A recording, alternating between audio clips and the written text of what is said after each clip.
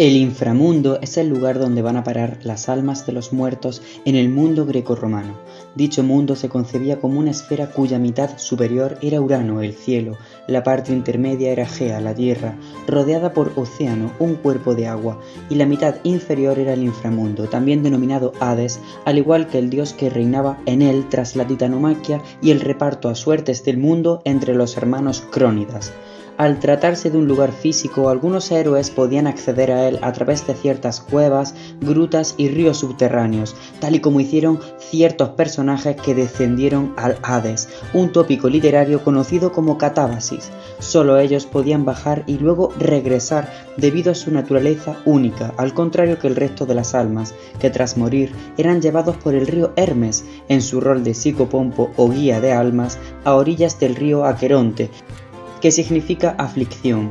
Las religiones indoeuropeas ligaban el inframundo con el agua, de forma que los griegos y romanos identificaban otros 4 ríos en él: el Piriflegetonte o ardiente, el Cocito o de los lamentos, el Leteo o del olvido y el Estigia o del odio. Este último conformaría el otro límite del inframundo y todos eran concebidos como personificaciones o deidades acuáticas. Así las almas beberían del Leteo para olvidar su vida pasada hasta adentrarse en nuevos cuerpos, mientras que el Estigia serviría para los juramentos de los dioses, dado que su diosa había ayudado a los olímpicos en la titanomaquia. Este río es a veces considerado una laguna. Las almas eran recogidas pues por el viejo barquero Caronte, con un aspecto vulgar y harapiento, que les cobraba una moneda llamada óbolo, motivo por el cual los familiares de los difuntos debían colocar dicho objeto debajo de la lengua del cadáver. Quienes no podían pagar debían aguardar durante 100 años en aquella orilla hasta que cruzaban el Aqueronte a bordo de la desvencijada barca de Caronte, o bien se arrojaban al río Cocito a lamentarse eternamente por su desdicha. Al otro lado del río se encontraban las puertas del Hades, custodiadas por Cerbero, un perro gigante y negro de 3 cabezas y cola de serpiente, hijo de Quidna y Tifón. El monstruo vigilaba y devoraba a todo aquel que trataba de escapar del inframundo. A continuación, las almas eran examinadas por 3 jueces, Éaco, Radamantis y Minos, que valoraban a dónde debían ir a parar. Los niños, guerreros y suicidas no podían pasar y se quedaban en una zona neutral, similar al limbo cristiano. Las almas más justas, cuyos actos valerosos merecían ser recompensados, eran enviadas a los campos elíseos, islas afortunadas o islas de los bienaventurados, similares al paraíso judeocristiano, con la diferencia de que este era un lugar físico.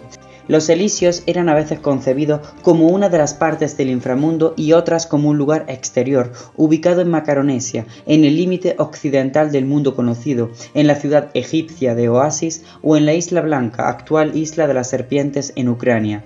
En estos casos gobernaría sobre el Elíseo el titán Cronos tras ser liberado del Tártaro, o bien el juez Radamantis o Macaria, diosa de la muerte pacífica. Algunos autores distinguen las islas bienaventuradas del Elíseo como un lugar muy superior a este, en el que residían las almas más virtuosas, que habían pasado hasta 3 veces por el mundo de los humanos actuando noblemente. Algunas serían Aquiles, Medea, Alcmena, Diomedes, Cadmo y Armonía. Por su parte, las almas más injustas y malvadas iban a parar al Tártaro, en el fondo del Hades, concebido como una prisión y un lugar de tortura donde estaban, entre otros, algunos titanes tras ser derrotados o mortales castigados por los dioses, como Ticio, cuyo hígado era devorado por 2 buitres, Ixión, atado a una rueda llameante con serpientes, Sísifo, que subía eternamente una roca al pico de una montaña, y Tántalo, que rodeado de manjares no podía saciar ni su hambre ni su sed. El primer guardián del Tártaro fue el monstruo Campe, pero tras su derrota por los olímpicos ocuparon su puesto los hecatónquiros. El Tártaro sería por tanto equiparable al infierno judeocristiano, pero no el Érebo o Báratro, la parte superior, un lugar lúgubre, oscuro e inhóspito donde se quedaban vagando la mayoría de las almas por toda la eternidad, también llamado campo de los asfódelos por las plantas que allí había. Estas almas eran incorpóreas, es decir, no estaban dotadas de cuerpo, al contrario que los afortunados que acababan en el Elíseo, por lo que también se las llamaba sombras. Además, las almas no tenían sentimientos ni fuerza, ni ningún tipo de pensamiento, simplemente deambulaban perdidas. En el Érebo se encontraba el majestuoso palacio de Hades y su esposa Perséfone, decorado con piedra de obsidiana y 10 esculturas que hacían referencia a la muerte y custodiado por esqueletos que actuaban como soldados. En él se situaba el jardín de Perséfone con varias ninfas y árboles de granada en referencia al mito de su rapto. Hades también contaba con su propio ganado, custodiado por el pastor Menetes. Como soberano de los muertos, Hades era justo y tajante, tanto en su carácter como en sus funciones. Actuaba como un carcelero y se aseguraba de que los muertos que entraban en su reino no escaparan. Sin embargo, Hades no era un enemigo de la raza humana ni una especie de demonio. Era un dios terrible, pero no malvado, como se podría considerar en la actualidad debido a las connotaciones negativas que ha adoptado la muerte. El matrimonio tan solo dejó marchar a Eurídice, una bella joven a la que su amado Orfeo bajó para reclamar. Logró con su canto y el sonido de su lira conmover a los muertos y a los reyes, por lo que estos permitieron que se llevara a Eurídice con la condición de que no volviera la vista atrás. El músico no lo pudo evitar y los dioses, implacables, tomaron a la joven de vuelta a sus dominios.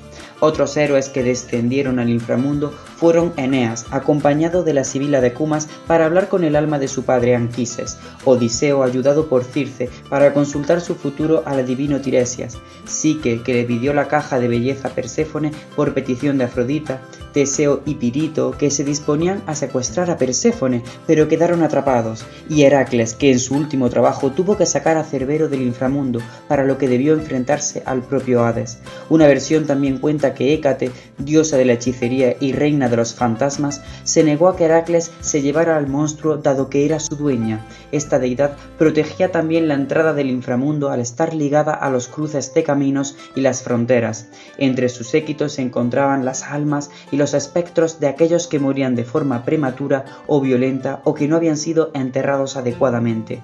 Otros dioses vinculados al inframundo eran Nix, la noche, que permanecía en el Erebo durante el día hasta que anochecía, momento en que Mera, el día, ocupaba su puesto.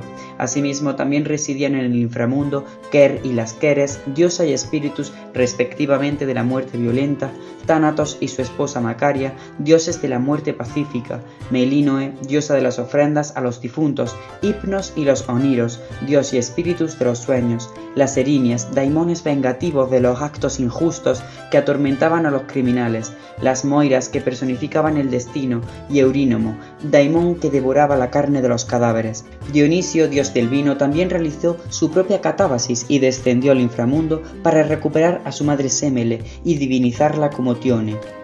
Cabe mencionar una última parte del inframundo denominada Campos de Luto, donde se encontraban las almas de quienes habían perdido la vida a causa de un amor no correspondido, como Dido, Erípile, Pasífae, Evadne y Laodamia.